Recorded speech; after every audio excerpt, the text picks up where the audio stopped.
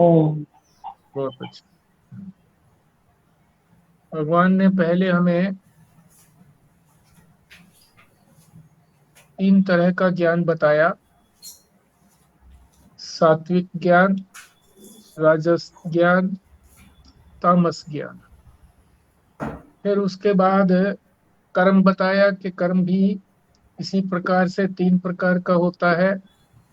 सात्विक कर्म, राजस कर्म, तामस कर्म। अब 2 दिन से भगवान ने बताना शुरू किया हुआ है कर्ता के विषय में, कि सात्विक कर्ता, राजस कर्ता और आज तामस कर्ता बताएंगे। तो सात्विक कर्ता कैसा होता है?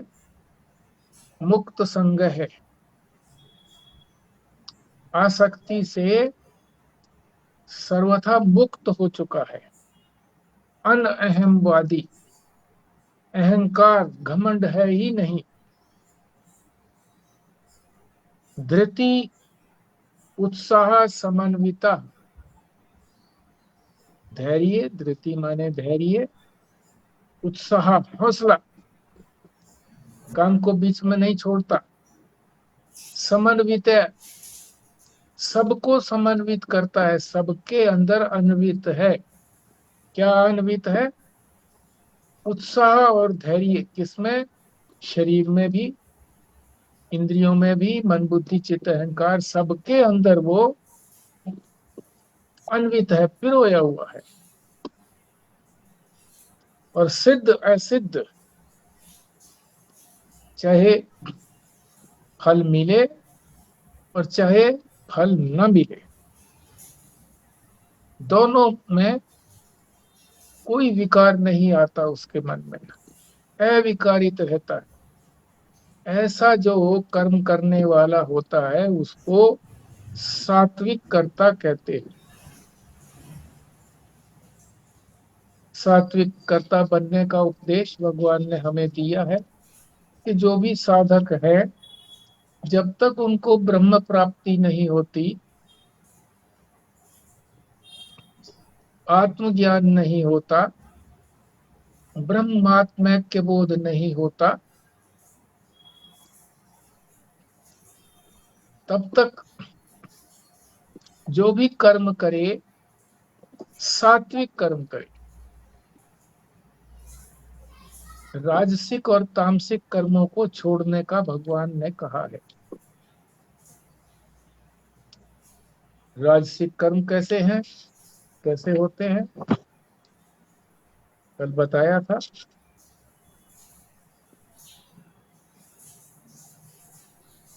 रागी होता है वो, जो राजसिक करता है, जो कर्म करने वाला है, रजोगुणी है। तो किस तरह के कर्म करता है रजोगुणी? रजोगुणी जो है वो होता है रागी, रंग जाता है उसका अंतःकरण किसी एक चीज में। फिर दूसरा बताया कर्म फल प्रेप्सु, कर्म फल को चाह करके ही किसी कर्म को करता है। तीसरा लुब्ध है, लोभी है, जहां से कुछ मिलेगा वही कर्म करेगा, अन्यथा नहीं करेगा। हिंसात्मक है, दूसरे की हिंसा करके भी अपने को लाभ हो तो संकोच नहीं करता। अशुचि, बाह्य अंतर, अशुचिता, अपवित्रता।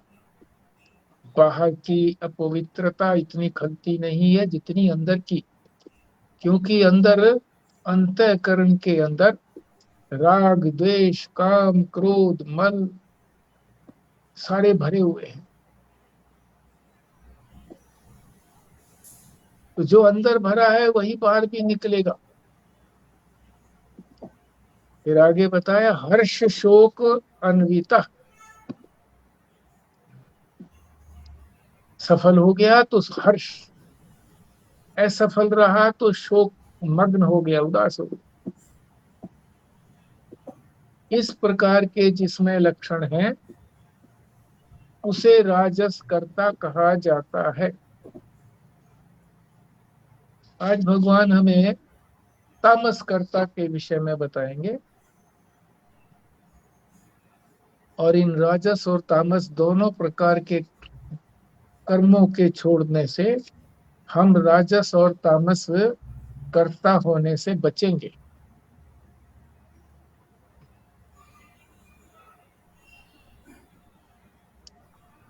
पाठ करते हैं। अयुक्त है, प्राकृत है, स्तब्ध है, शठ है, नैष्कृतिक है, अलस है,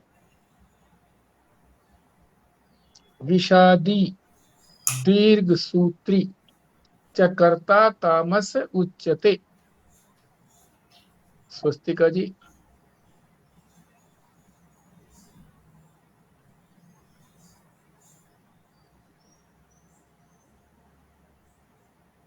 भारद्वाज साहब। जी। आयुक्त, प्राकृत, स्तब्ध, शठ, नैष्कृतिक, अलस्य, विषादी, दीर्घ सूत्री च कर्ता तामस उच्यते। खुराना जी।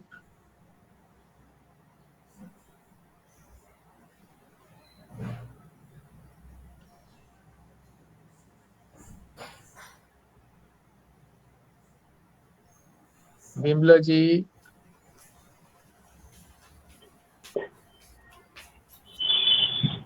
अयुक्त है, प्राकृत है, ईश्वरः, तट है, नैष्कृतिक है, अलस है, विषादी, दीर्घ सूत्री च कर्ता तामस है उच्यते। संजीव शर्मा जी। जी। अयुक्त, प्राकृत, स्तब्ध, शठ, नैष्कृतिक, अलसः, विषादी, दीर्घ सूत्री च कर्ता तामस उच्यते। मैं बोलूं जी? करिए जी। आयुक्त, प्रकृत, स्तब्ध, शठ, नैष्कृतिक, अलस्य, विषादी, दीर्घ सूत्री च कर्ता तामस उच्यते। ओ। हाँ जी, मैं भी पढ़ती हूँ। हाँ जी। ओम। अयुक्तः, प्राकृतः, स्तब्धः, शठः, नैष्कृतिको, अलसः, विषादी, दीर्घसूत्री च कर्ता तामस उच्यते। ठीक, अर्थ समझते हैं। अयुक्त है, जो युक्त नहीं है, अर्थात एकाग्र नहीं है। तो कैसा है? विक्षिप्त, कभी कुछ सोचता है, कभी कुछ सोचता है, विषयों का ही चिंतन करता रहता है, संसार के पदार्थों का ही चिंतन करता रहता है। इसलिए किसी निर्णय पर नहीं पहुंचता, किसी लक्ष्य की तरफ उसकी दृष्टि नहीं है, हमेशा विक्षिप्त बना रहता है, जिसको आजकल हम कहते हैं बोर हो गए जी, बोर्डम। बहुत पहले जब मैं छोटा था, शायद कॉलेज में ही था, तो मैंने पिताजी को एक बार कहा कि जी बोर हो गया मैं। कहने लगे, अरे तू कैसे बोर हो गया? तू बहुत बड़ा आदमी लगा हुआ, प्रधानमंत्री, जो बोर हो गया? दुनिया भर के काम है तुम्हारे पास, है? पढ़ाई करते हो, उसमें एकाग्र रहिए। तो जब कभी हमें ये महसूस हो कि हम बोर हो गए, इसका मतलब ये है कि हमारा मन जो है कहीं एकाग्र नहीं है, कभी एक बात को सोचता है, कभी दूसरी बात को सोचता है। एक चीज तो हमारी केवल आत्मा ही है, परमात्मा ही है। बाकी तो सारा संसार अनेक है, अंत ही नहीं आता, कितना ही मन को बखेर लो।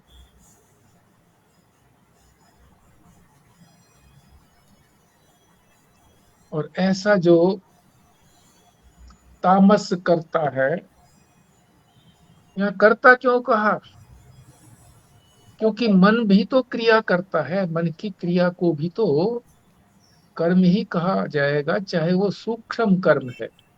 और सूक्ष्म कर्म जो है वो स्थूल कर्म को प्रभावित करता है।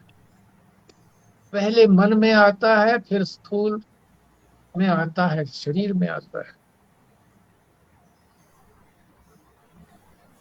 जब तक संसार से वैराग्य नहीं होता तब तक चित्त एकाग्र नहीं होता, क्योंकि उससे वैराग्य हो गया संसार से, तो एक ही वस्तु बची है, अपनी आत्मा, परमात्मा। उधर ही मन लगेगा, बार बार उसी में मन लगेगा, इधर उधर नहीं बिखरेगा, एकाग्र रहेगा। उसी की गलियों में विचरना है, चाहे वो गलियां उसकी भक्ति की हो, चाहे वो कर्म की हो, चाहे वो योग की हो, और चाहे ज्ञान की गलियां हो।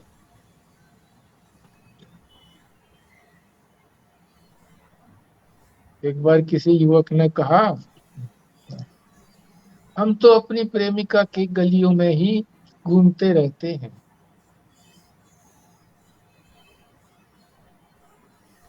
तो ऐसा जो चित्त है कभी समाहित नहीं होता। समाहित का तात्पर्य है एकाग्र नहीं होता, समाधान नहीं होता। षट संपत्ति में कहा है ना, शम, दम, कुप्रति, तितिक्षा, श्रद्धा और समाधान। समाधान का मतलब एकाग्र हो गया। अब किधर एकाग्र हो गया? परमात्मा में एकाग्र हो गया। परमात्मा में एकाग्र होने से ही समाधान होता है। समाधान का दूसरा अर्थ है कि अब कोई शंका नहीं रही। समाधान का अर्थ निशंक होना, उत्तर मिल जाना, ये भी है और एकाग्रता भी है।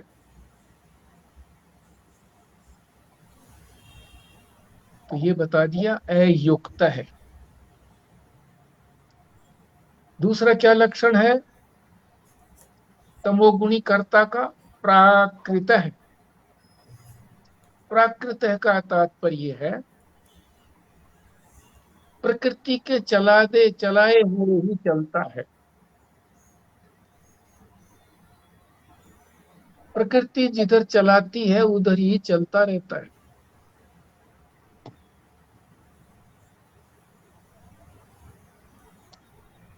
जैसे प्रकृति जो है मनुष्य के अतिरिक्त पशु पक्षी कीट पतंग पेड़ पौधे सबको एक ही प्रकार से चलाती है। फीड किया हुआ है उसके अंदर कंप्यूटर की तरह से, उसी तरह से चलेंगे। क्या है उनका कार्य? आहार, निद्रा, भय और मैथुन, संतान उत्पन्न करना। पशु पक्षी का यही काम है, कीट पतंग का यही काम है। अगर यही काम करना है मनुष्य ने, तो मनुष्य में और प्राकृत पशु पक्षी आदि में क्या अंतर रहा? अंतर यही है कि मनुष्य जो है अपने आप को संस्कारित कर सकता है, अपने अंतःकरण में संस्कार डाल सकता है। और संस्कार कौन से डालना चाहिए? शास्त्रीय संस्कार जो शिक्षाप्रद है। शिक्षित करना ही संस्कारित करना है।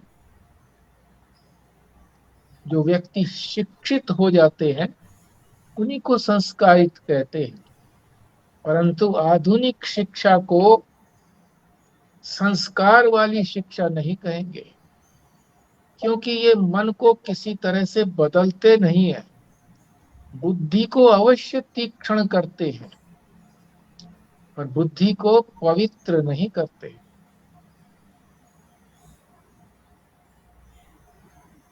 ऐसा जो प्राकृत करता है, तामसी गुणों वाला करता है, उसकी हमेशा यही इच्छा होती है खाने पीने को खूब मिले, रहने को बढ़िया महल मिले,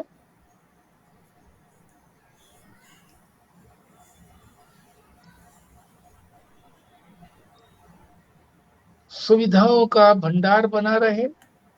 ये एक प्रश्न है, बोलिए। अगर किसी की बुद्धि तीक्ष्ण होगी ना, तो फिर उसको तो बस थोड़ा मोल्ड ही करने की जरूरत है ना, कि बस उसको तो ईश्वर की तरफ लगना है, परमार्थ की तरफ लगना है, तो फिर वो जल्दी से वो भी ग्रहण करने लग जाएगा। ठीक बात है। मतलब बस उसके पास वो थोड़े संस्कार नहीं है और कोई डायरेक्शन नहीं है, पर बुद्धि तो उसकी तीक्ष्ण है, वो समझ जाएगा चीजों को जल्दी। हाँ, बिल्कुल ठीक बात है। जितने ये वैज्ञानिक हैं, रिसर्चर हैं, या जिस भी तरीके से किसने अपनी बुद्धि को तीक्ष्ण कर लिया है, चाहे संसार में रह करके तीक्ष्ण कर लिया है, तो उसको उसको संस्कारित करना पड़ेगा और कुछ नहीं।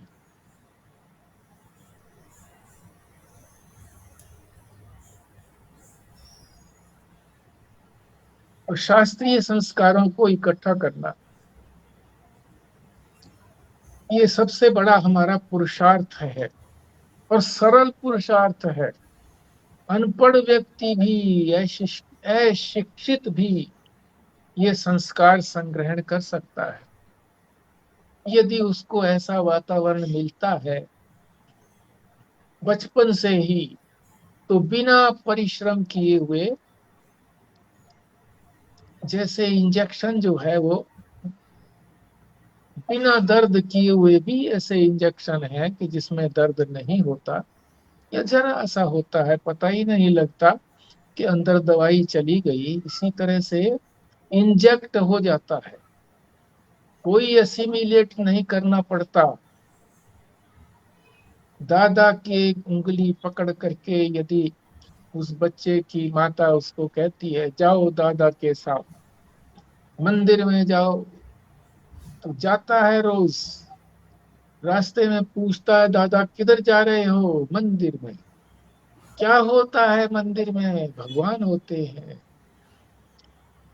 मुझे भी दिखाना भगवान। हाँ चलो, जाता है। दादा इशारा करता है देखो, अच्छा यही भगवान है? अरे बहुत बड़े हैं ये, हमको सब कुछ देते हैं। अच्छा, तो मैं भी इनसे चीज मांगूंगा, इत्यादि।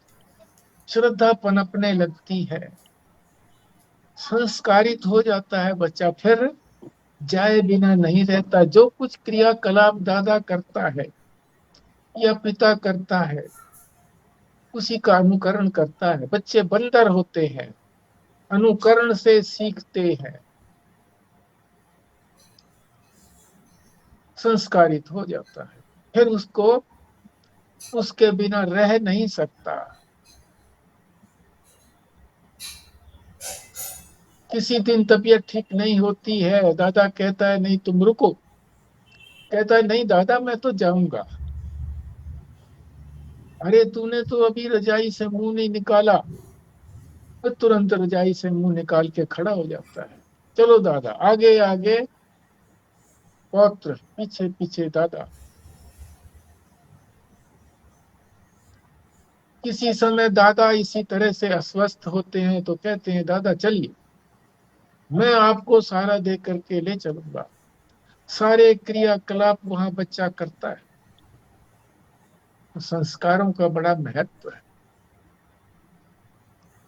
बचपन में संस्कार संग्रहित नहीं किए कोई बात नहीं, जब जागो तब सवेरा, अभी से प्रारंभ कर देना चाहिए। तो पशु और मनुष्य में तो मूलगत भेद यही है कि मनुष्य जो है वो उसमें शास्त्रीय संस्कार होते हैं।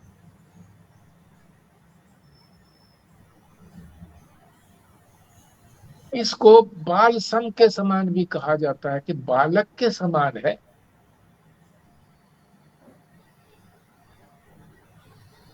किसको? प्राकृत को। बाल सम का अर्थ दो होते हैं, एक तो सरल हृदय, अभी उसमें कलुषता नहीं आई है, राग द्वेष नहीं आया है, जिसको भी देखता है उसको हंस देता है, उसे शत्रु मित्र की पहचान नहीं है, धीरे धीरे पहचान होती है। एक अर्थ ये है। दूसरा ये होता है कि बाल बुद्धि, उसकी बुद्धि जो है अभी विकसित नहीं है, तो उसको क्या कहेंगे? निर्बुद्धि, बुद्धि नहीं है। तो जो ऐसा करता है, जो प्राकृत करता है, वो निर्बुद्धि है। बुद्धि तो है पर किस काम की?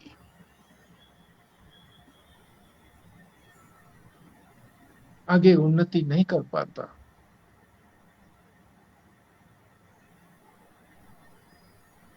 आजकल एमए बीए कर जाते हैं, शिक्षा वहां पर ये नहीं है, शास्त्रीय संस्कार वहां पर नहीं दिए जाते, वैल्यूज नहीं सिखाई जाती। वैल्यूज को तोड़ करके किस प्रकार से दूसरे पर अपना अधिकार जमा लिया जाए, चाहे वो यूनियन के इलेक्शन हो,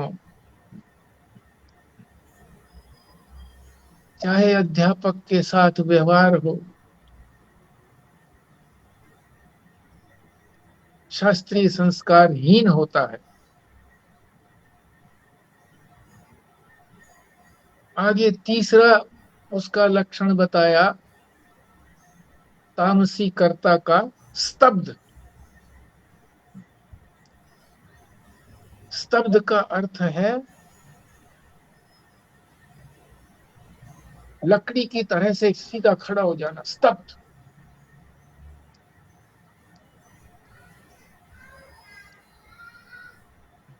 विनय नहीं करना, विनय विनीत नहीं होता। ऋषि ने अपने पुत्र श्वेत केतु को विद्या ग्रहण करने के लिए गुरुकुल में भेजा। 12 वर्ष तक शिक्षा प्राप्त करके आया।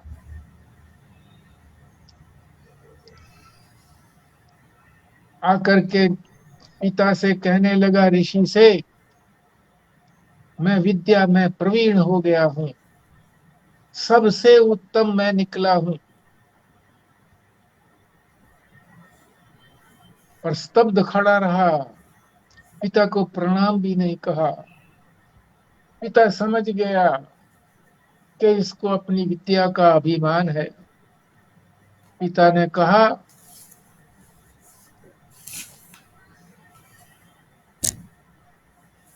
क्या तूने वो ज्ञान किया है?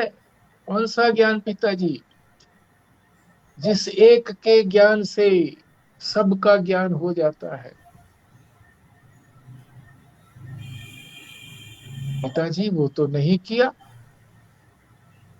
कहने लगा, शायद मेरे गुरुजी को ही पता नहीं था। यहां भी अपनी अकड़ाहट, अहंकार। आप बताइए। तब वो झुका और उसको फिर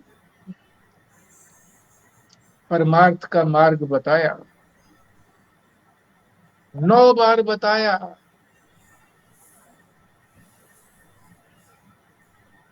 तब उसको उस एक वस्तु का ज्ञान हुआ जिसके ज्ञान से फिर किसी और के ज्ञान की आवश्यकता नहीं रहती।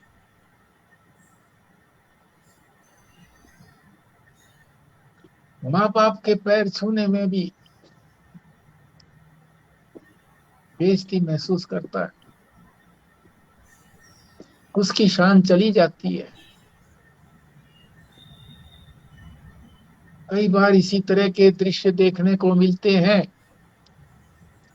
कि पिता ने पेट काट करके अपने पुत्र को पढ़ाया,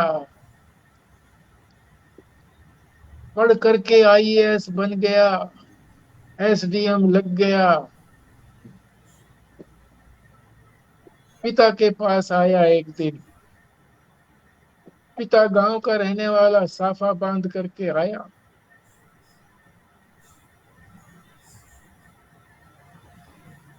अंदर घुस गया पिता के पुत्र के पास। पुत्र कुर्सी पर बैठा था, दूर से ही इशारा दे करके कहा बैठिए।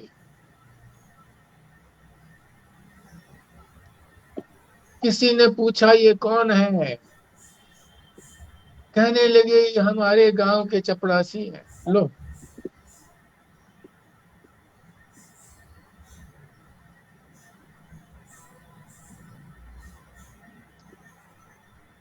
तो न गुरुजनों का आदर करना।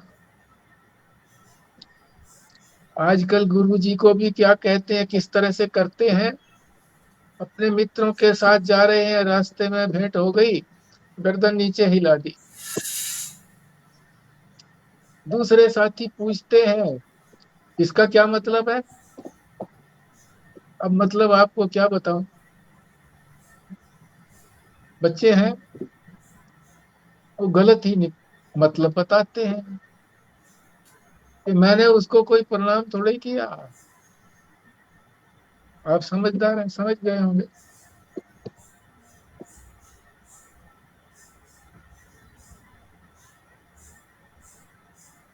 नम्रता नहीं रहती है। राम कृष्ण आदि अवतार हों, उनके लिए भी झुकता नहीं है। चाहे वेद हो, चाहे अपने से बड़े हो। मनु महाराज हो, याज्ञवल्क हो, वशिष्ठ हो, उनके प्रति तो कहता है कि ये ब्राह्मणों के समर्थक हैं, पक्षपाती है। इसीलिए इन्होंने ऐसी चीजें लिखी हैं ब्राह्मणों के पक्ष।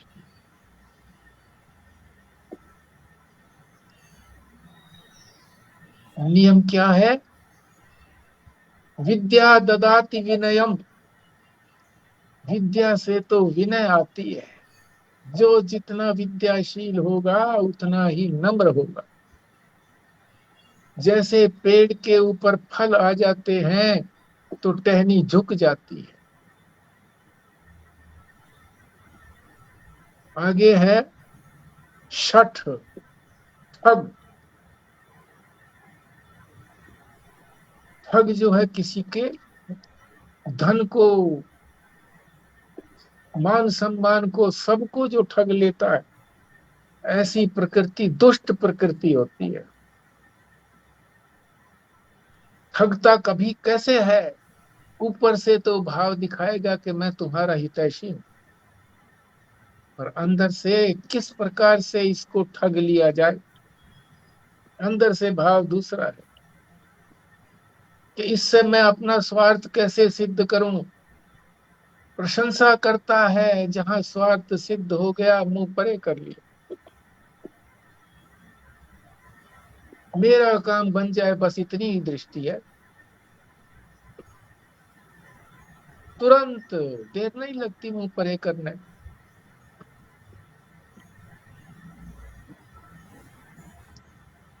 अगला लक्षण बताया तामस कर्ता का, नैष्कृतिक। नैष्कृतिक का अर्थ है काटना, कृतिका। सुपारी काटने की जो यंत्र होता है उसको भी शायद कर्तिका बोलते हैं। कतर कतर काटती है वो। यूपी में इसका बड़ा रिवाज है। लड़की को जब ससुराल भेजते हैं तो उसको एक पानदान भेज कर दे करके भेजते हैं, ताकि उसके अंदर सारी पान सुपारी सब चीजें रखी जा सके। हमेशा मुंह लाल पड़ा रहता है, जैसे क्या खाया हो, मुंह से कहना अच्छा नहीं लगता।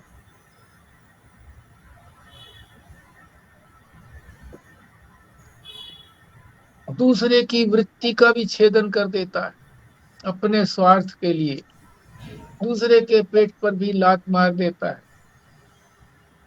उसके कमाई के साधन को भी नष्ट कर देता है। इसी में उसको मजा आता है। किसी को ठग करके ही वो प्रसन्न होता है। आगे लक्षण बताया एलसह, अर्थात आलस। आलस किसको कहते हैं? जो आज काम करना चाहिए, जो प्राप्त कर्तव्य है, उसको कल के लिए टाल देना। कल कर लेंगे, कौन सी जल्दी है। टालता रहता है। कोई और दूसरा कर दे तो भी ठीक, करना ही ना पड़े। हमेशा आलसी बना रहता है। आलस, प्रमाद और निद्रा, ये एक स्थान पर बताए गए हैं लक्षण तमोगुण के। तो तमोगुणी होता है कर्ता।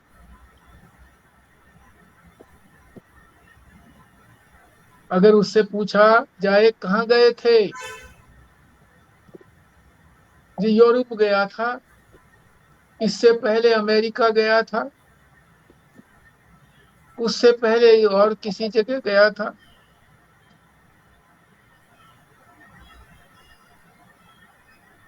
उसको कहें कि दक्षिण के मंदिरों में जाइए, बड़े सुंदर मंदिर है, देख करके प्रसन्न हो गए, भाव भरेगा, तो कहेगा जी समय नहीं है।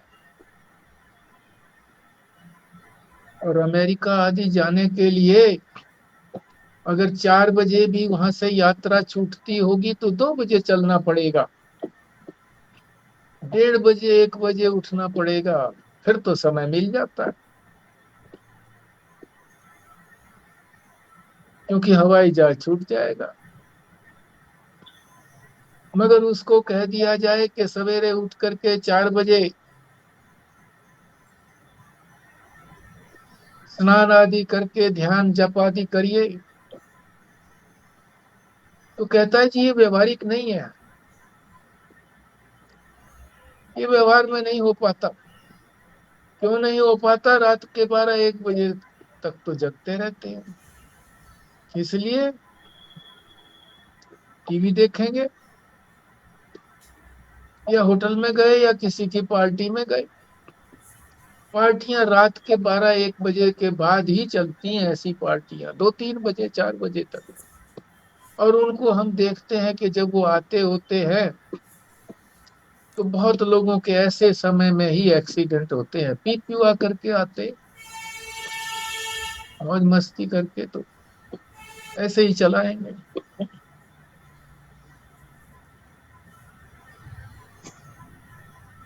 हवाई जहाज वालों को नहीं कहते कि तुम इतनी जल्दी क्यों चलाते हो, व्यवहारिक नहीं है। नहीं, वो तो व्यवहारिक है।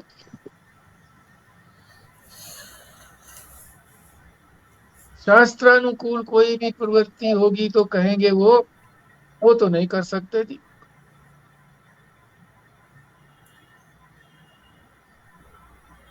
ऐसे लोग कैसे होते हैं? विषादी। विषाद, विषाद कहते हैं कि कभी भी संतोष नहीं होता, कि जो कुछ मिल गया है उसमें संतोष नहीं है।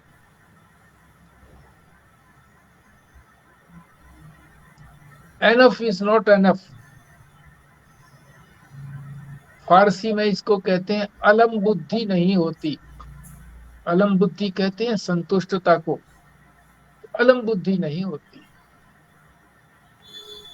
ये ना पंजाबी में तो गांधी जी का भी एक था जिसमें हाँ, उन्होंने कहा था there is enough for everyone's need but not enough for everyone's greed. Greed, ठीक बात।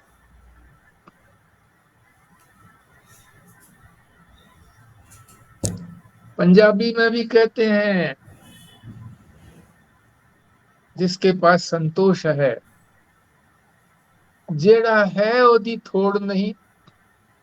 पंजाबी महात्मा कहते थे जेड़ा है ओदी थोड़ नहीं, जो कुछ है उसकी कमी नहीं है, होर दी लोड़ नहीं, और कुछ चाहिए नहीं, जो कुछ है पर्याप्त है।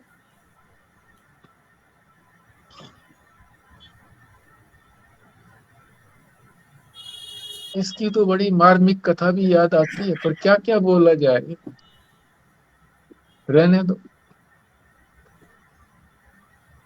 सुना दो जी। एक बार काशी के बड़े बड़े विद्वान कई कश्मीर में गए। वहां कोई राजा था, उससे कहा कि हम आपके मंदिर स्थानों के दर्शन करने के लिए आए हैं। तो राजा ने सब कुछ उनको सामग्री जुटा दी, मार्गदर्शक दे दिए, विभिन्न मंदिरों के दर्शन किए, महात्माओं के दर्शन किए।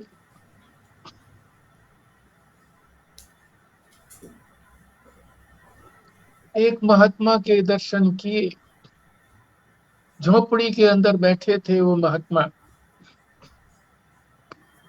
पत्नी भी उनकी साथ थी, वानप्रस्थी थे। अंदर पत्नी थी, उससे आगे वो बैठे थे चटाई बिछा करके। वहां भी पहुंचे काशी के विद्वान, उनसे वार्तालाप हुआ, चर्चा हुई, बड़े प्रसन्न हुए कि ऐसे ऐसे विद्वान यहाँ पर विराजमान है कश्मीर के अंदर। वापस गए,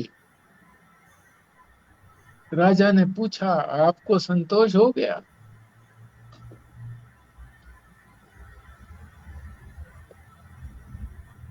कहने लगे जी हो गया संतोष, पर आपका राज्य जो है वो अधिक दिन तक नहीं चलेगा। राजा कहने लगा क्यों? अरे जिसके राज में ऐसे ऐसे विद्वान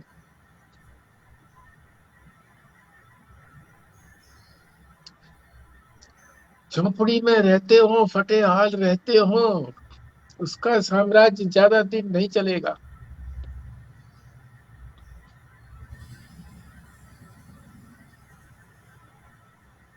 कह करके चले गए। राजा ने अपने दूत भेजे, मंत्री भेजे, जाकर के उनसे कहो कि कुछ चाहिए क्या। उन्होंने जाकर के कहा, पूछा कि आपको कुछ चाहिए? उस सन्यासी ने कहा कि क्या आपको कोई शंका रह गई क्या? उनके जो जो पंडित लोग काशी से आए थे, उनका कोई शंका रह गई थी क्या?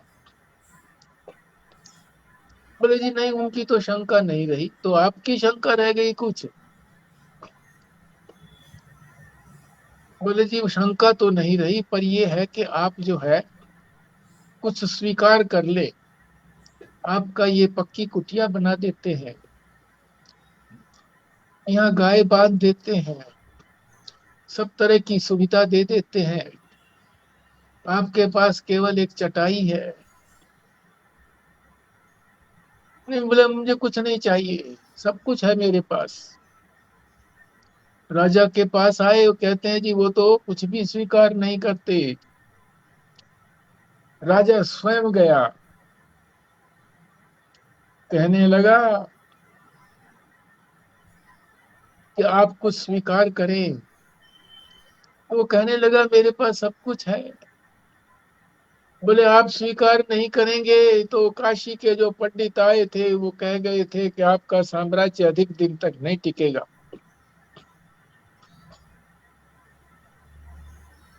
कुछ मांगो। तो उसने अपनी पत्नी को आदेश दिया, कहा कि तो देखो घड़े में कितना अन्न है। कहने लगी अभी आधा है। तो वो कहने लगे घड़ा तुम उठाओ, चटाई और पुस्तकें मैं उठाता हूँ। इस राजा की राज्य की सीमा से बाहर चले जाते हैं, इसका राज्य नहीं जाना चाहिए। राजा पैरों पर पड़ गया। ठीक है, जैसे आपकी मर्जी। ये है संतुष्टता का की पराकाष्ठा। कुछ नहीं चाहिए। ऐसी कथा सुनाते सुनाते अश्रुपात होने लगता है, क्या करें। आगे बताया तामसी कर्ता की बात, लक्षण दीर्घ सूत्री।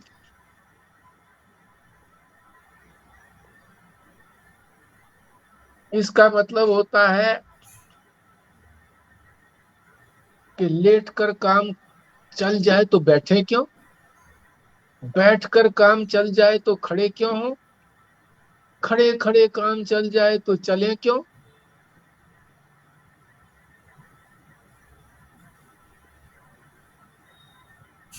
जितना काम में विलंब हो उतना अच्छा। हमेशा काम को ऐसे ही फैलाए रखना, सोचता ये रहना कि मैं ये करूंगा, मैं वो करूंगा, पर करना कुछ नहीं।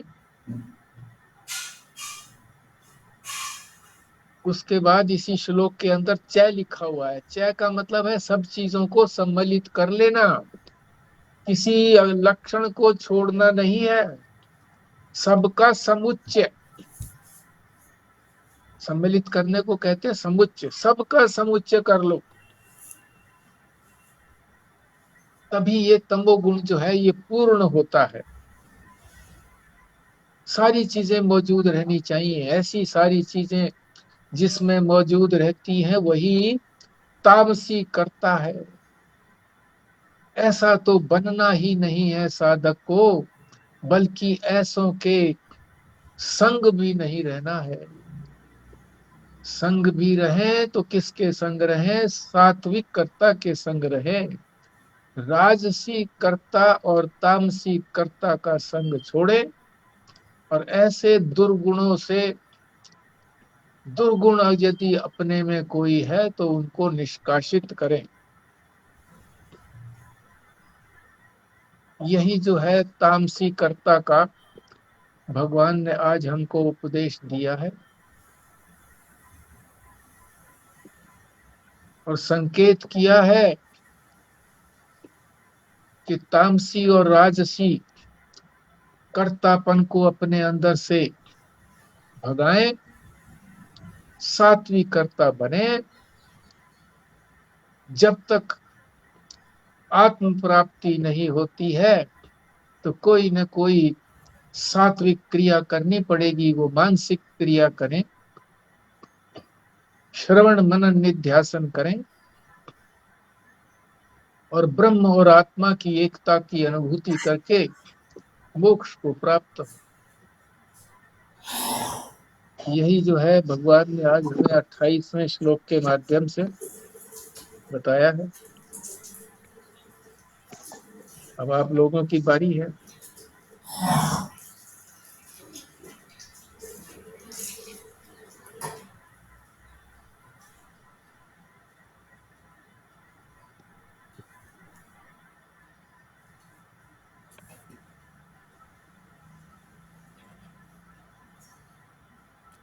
हाँ, इस वाले श्लोक से रिलेटेड तो नहीं है पर अदरवाइज एक क्वेश्चन है हाँ जी। कि जैसे हम तो निर्मोही हैं एक्चुअली में अगर देखा जाए, पर जब फिर अगर हमारा अभी भी कभी-कभी मतलब हमारा जो स्वरूप है वो तो निर्मोही है, हम तो मोह में लिप्त हैं। पर जब कभी फिर मोह भंग होता है, तो बहुत कष्ट भी होता है। जबकि हैं तो स्वरूप से हम निर्मोही और फिर मोह का भंग होने से हमें दुःख क्यों होता है? हमें तो खुश होना चाहिए।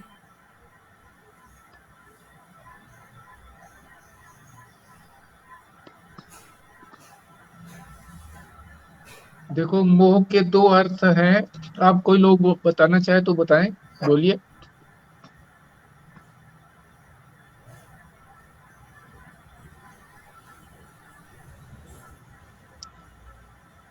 एक अर्थ है अविवेक, जो कई बार बताया जा चुका है। एक अर्थ जिसको आप कह रही हैं वो है अपने संबंधों से लगाव, जिससे भी संबंध है, पुत्र पुत्री पति पत्नी आदि,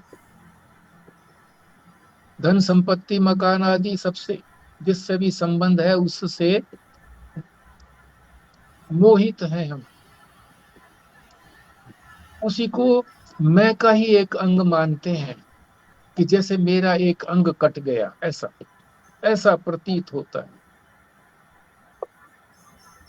ऐसी प्रतीति तभी होती है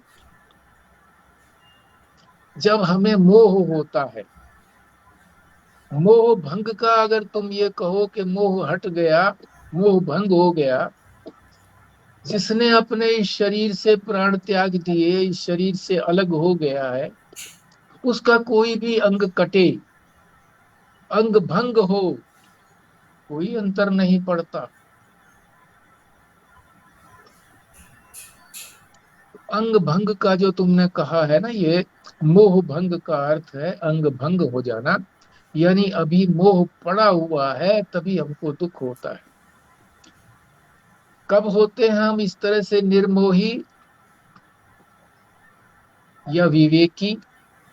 निर्मोही का मतलब विवेकी, श्रवण काल में या चिंतन काल में होते, अन्यथा तो हम हमेशा मोही ही बने रहते हैं। तो उस काल में तो मोह भंग जो है वो कठिन लगेगा ही लगेगा। जी।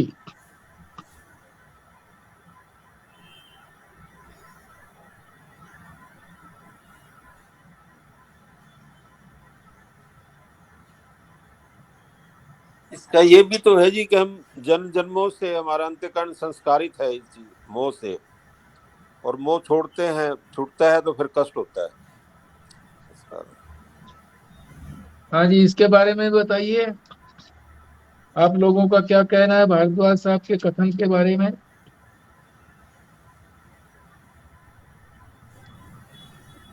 तुरंत बोला करिए ताकि समय हमारे पास जो बचा है वो समय पूरा का पूरा यूटिलाइज हो जाए। जी।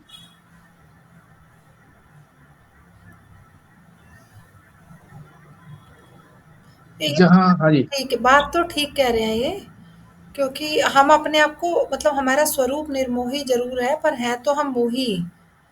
तो फिर अगर उसमें थोड़ा-सा भी खलल पड़ता है तो हम परेशान तो हो जाते हैं, विक्षेप आ जाता है उसके अंदर, तो हमें लगता है कि कुछ गलत हो गया। अगर नहीं, ये तो तुमने अपने ही प्रश्न का समर्थन कर दिया कि मेरा प्रश्न ठीक है। ये जो कह रहे हैं कि अनंत जन्मों का जो हमारे अंदर मोह पड़ा हुआ है एक जन्म में कैसे छूटेगा, ये तात्पर्य है इनका। अगर तो विवेक हो जाएगा फिर तो एकदम से छूट ही जाएगा, पर वो होना उदा, मुश्किल है। उदाहरण से समझाइए,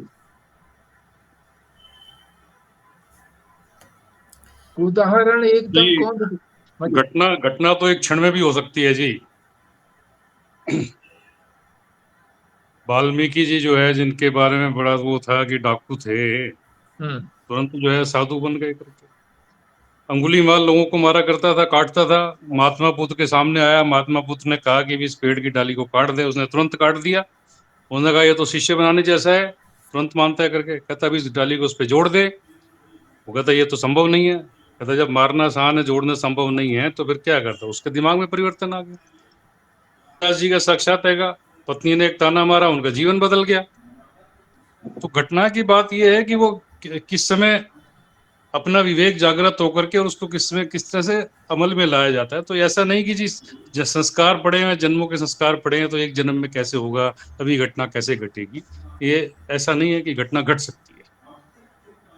ठीक है, मैं भी बोलना चाहती हूँ। आपने राम लागती बात कही है। गांव में कहते हैं ना, अरे तेरे बेटे जी में राम लागती बात कही तने। हाँ जी, बोलो। मैं ये कहती चाहे जितना मर्जी अंधकार हो, अगर सूरज की एक किरण आ जाएगी तो वो गहरा अंधकार को भी खत्म कर देगी। हाँ, ये हुआ ना, अनंत जन्मों का अंधकार, एक कमरा बंद है, पता नहीं कितनी पीढ़ियां हो गई हैं अंधकार से, तो अब उसमें प्रकाश करने के लिए क्या उतने ही पीढ़ियां लगेगी? एक माचिस की तीली जलाओ, तुरंत प्रकाश। तो माचिस की तीली तो अब जलानी है, घटनाओं के लिए प्रतीक्षा नहीं करनी है। घटना कब घटेगी, ये तो घटना ये जी परमात्मा। किसी महात्मा का संग मिलना, कोई सत्संग में ऐसी बात लग जाना, ये महात्मा का संग मिलना भी तो घटना ही है जी। हाँ, महात्मा का संग मिलना, खोजना, जो जिज्ञासु होता है खोज लेता है।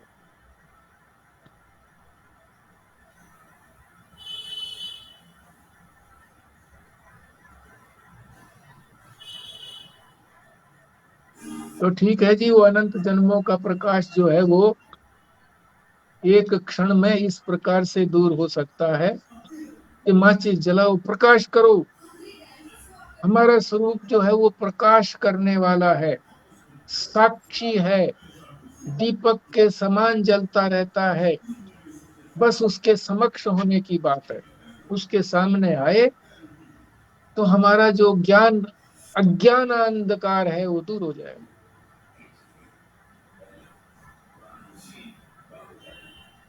और गुरु जो है वो साक्षात दीपक है, इसके सानिध्य में पहुंचेंगे तो हुए बिना प्रकाश हुए बिना रहता नहीं है, बिना चाहे प्रकाश हो। ठीक है जी, अब वो आनंद रस रत्नाकर का रस लें।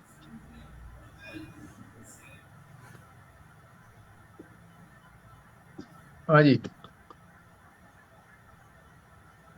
बोलिए आज का प्रसंग।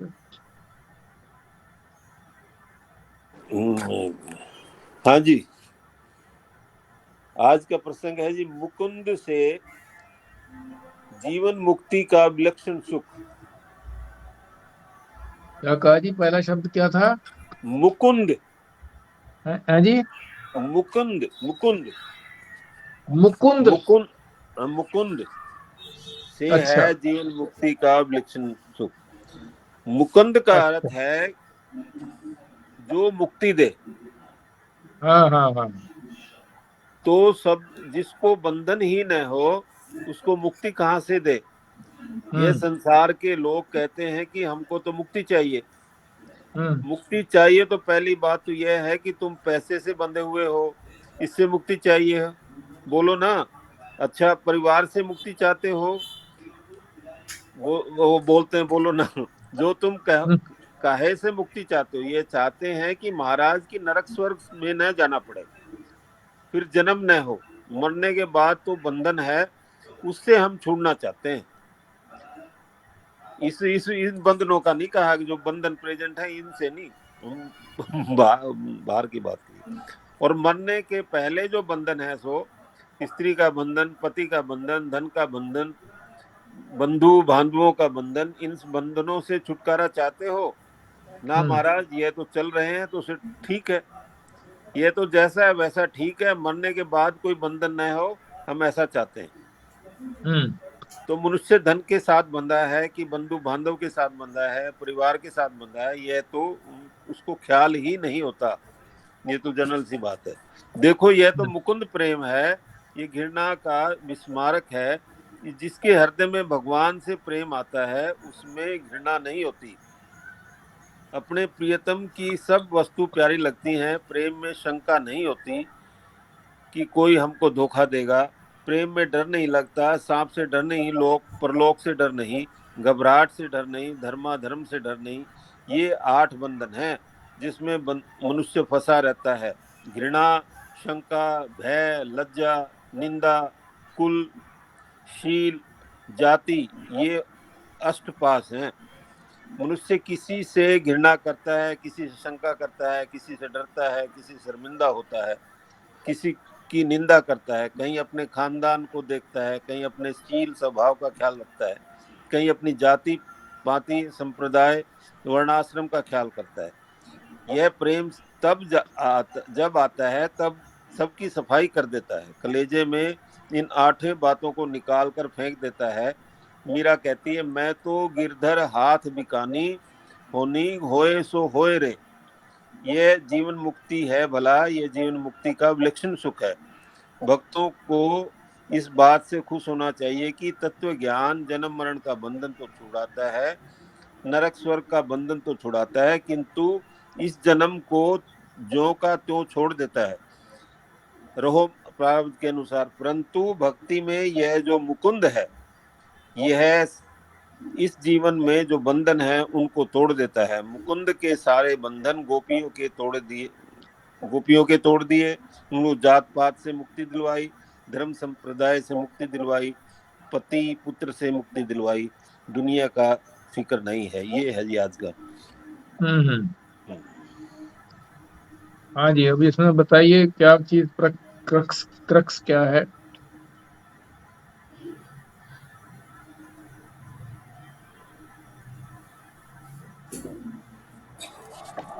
भक्ति भाव है जी, अपना समर्पण भाव से इसमें लगाओ तो आपको इस जीवन में भी सुख मिलेगा, जिन बंधनों से छुटकारा मिलेगा।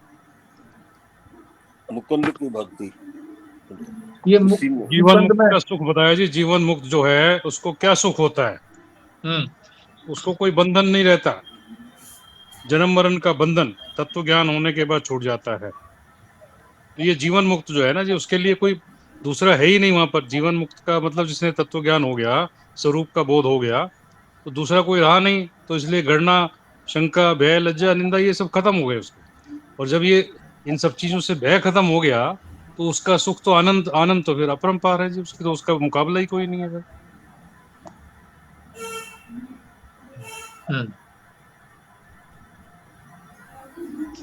ये मुकुंद में कै के नीचे ऊ की मात्रा है या नहीं है?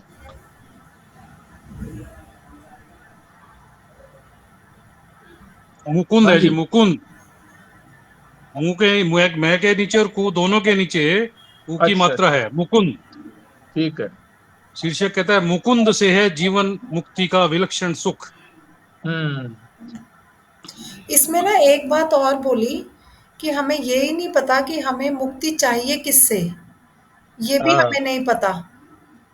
हम जो समझ रहे हैं वो उनसे हमें मुक्ति नहीं चाहिए एक्चुअली। ये पूछा जैसे बताया जी फिर उन्होंने कि जीवन मरण से मुक्ति। बात तो यही कर रहे हैं कि जन्म के, ये मृत्यु के बाद दोबारा जन्म ना हो, मगर और सब छोड़ना नहीं चाहते बंधन। वैराग्य तो करना नहीं चाहते कि जी बंधन तो ये धन तो हमारा बना रहे, पति पुत्र पत्नी सब बना रहे, संसार मेरा बना रहे, और वैराग्य, बिना वैराग्य के जो जन्म मृत्यु का जो बंधन है उससे मुक्त हो जाऊं, तो ये संभव नहीं है।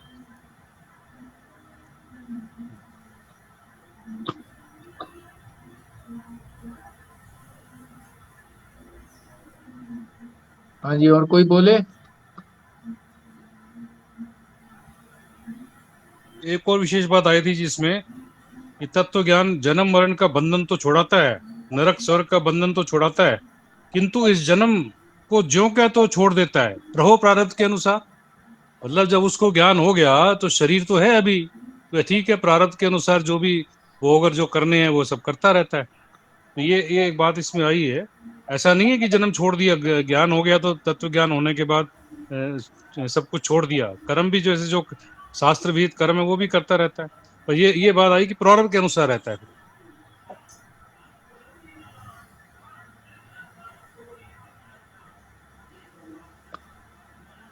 देखो, कहने को कह दिया, ये आपकी बात का ही उत्तर है, अभी वो जनरल टॉक नहीं हुई है।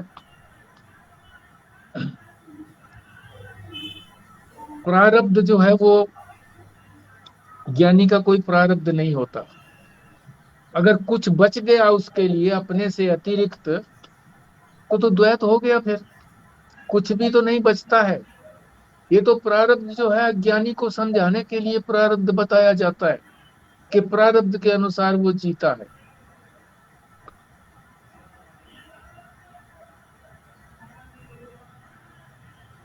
जो चूहा जीते जी कुछ नहीं कर सका, उसके स्वरूप को नहीं काट सका, अब मरने के बाद वो क्या काटेगा? समझाने के लिए कह दिया जाता है कि जीव जो है ज्ञानी का कोई प्रारब्ध वास्तव में होता नहीं है। ये तो आपकी इस बात का उत्तर है, कह दिया जाता है। बस इतनी बात दिमाग में रखनी है कि कह दिया जाता है। दूसरी बात यह है कि पहले तो ये सोचो कि बंधन है भी कि नहीं है।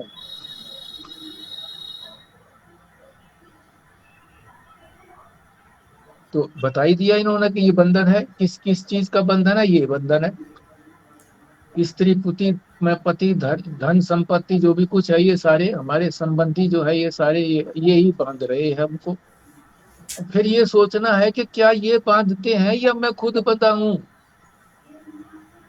ये कोई बांधने वाले हैं क्या? तो छोड़ के चले जाते हैं। धन भी छोड़ के चला जाता है। धन कोई चेतन थोड़ा ही है। और ये जो स्त्री पति पत्नी जो भी कुछ है, ये भी उधारे चेतन है। इनके अपने चेतनता की अनुभव तो ये खुद करते हैं। हम तो इनके चेतन का अनुभव नहीं करते। इनके चेतन का हम अनुभव कहाँ करते हैं? हम तो इनके शरीर का अनुभव करते हैं, सूक्ष्म शरीर का अनुभव करते हैं, चेतन का कहाँ अनुभव करते हैं?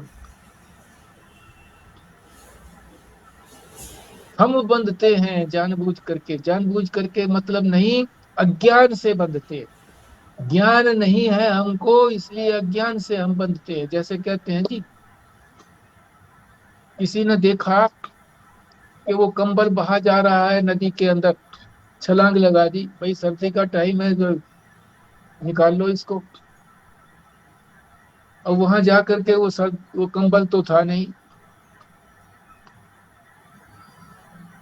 वो मगरमच्छ था या वो रीछ था, उसने पकड़ लिया उसको। अब वो कहता है, अब वो किनारे पे जो खड़े हैं, भाई निकला? बोला कैसे निकला हूँ, मेरे को तो पकड़ लिया इसने, कंबल ने पकड़ लिया। तो वो बाहर खड़े कहते हैं, अरे बेवकूफ, कंबल कभी पकड़ता है? बोले मैंने गलत समझा था, ये कंबल है, ये तो रीछ था। तो हम अज्ञान से बंधे हुए हैं। खुद हमने अपने आप को बांधा हुआ है। चेतन के बिना कोई चीज हिल सकती है क्या? नहीं हिल सकती है। मेज रखी है तो रखी ही रहेगी, चेतन ही तो इसको हिलाएगा।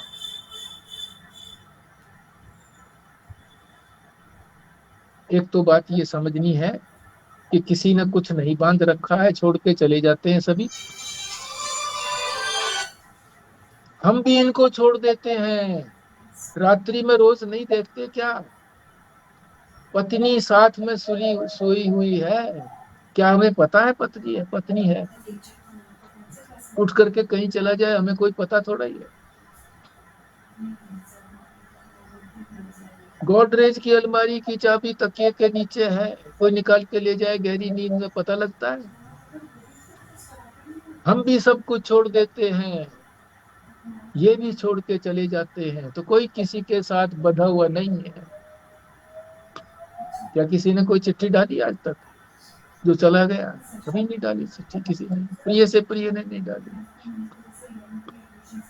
हम भी कितना याद करते हैं, महीना 2 महीने 2-4 महीने, उसके बाद फिर खूब कुल्फियां खाते हैं, खूब गुलछर्रे उड़ाते हैं। कोई किसी के साथ बंधा हुआ नहीं। इस बात को समझ करके विवेक को जागृत करें, चैतन्य हो जाए।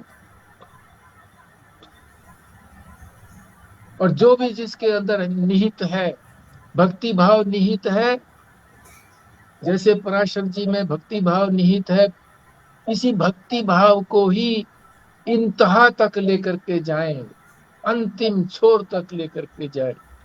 जिसमें कर्म निहित है कि कर्म किए बिना नहीं रहा जाता, तो कर्म को भी परमात्मा तक लेकर के जाए कि जो भी काम करें तो परमात्मा का चिंतन करके करें कि तेरे ने कर्तव्य बताया इसलिए मैं कर रहा हूँ। कुछ दिनों में जो हम अभी ये सोचते हैं कि हम अपने बच्चों के लिए कर रहे हैं, ये कल्पना करने से ये कल्पना भी साकार हो जाएगी। और जो ज्ञान में रत हैं, ज्ञान में लगे हुए हैं, वो भी यही सोचें कि ज्ञान भी किसका करना है, उसी एक ब्रह्म का ही तो ज्ञान करना है, और किसका ज्ञान करना है, बाकी ज्ञान व्यर्थ है। तभी ये विलक्षण सुख मिलेगा। जो जीवन बचा हुआ है ये कोई जीवन नहीं है, वास्तविक जीवन में जाने के बाद ही बस उसका आनंद लिया जा सकता है, जो सच्चिदानंद है। ठीक है जी।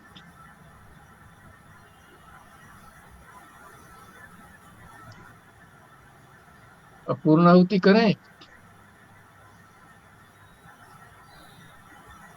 ठीक है जी, पराशर जी आप करिए जी पूर्णाहुति। ओम पूर्णमदः पूर्णमिदं पूर्णात् पूर्णमुदच्यते पूर्णस्य पूर्णमादाय पूर्णमेवावशिष्यते।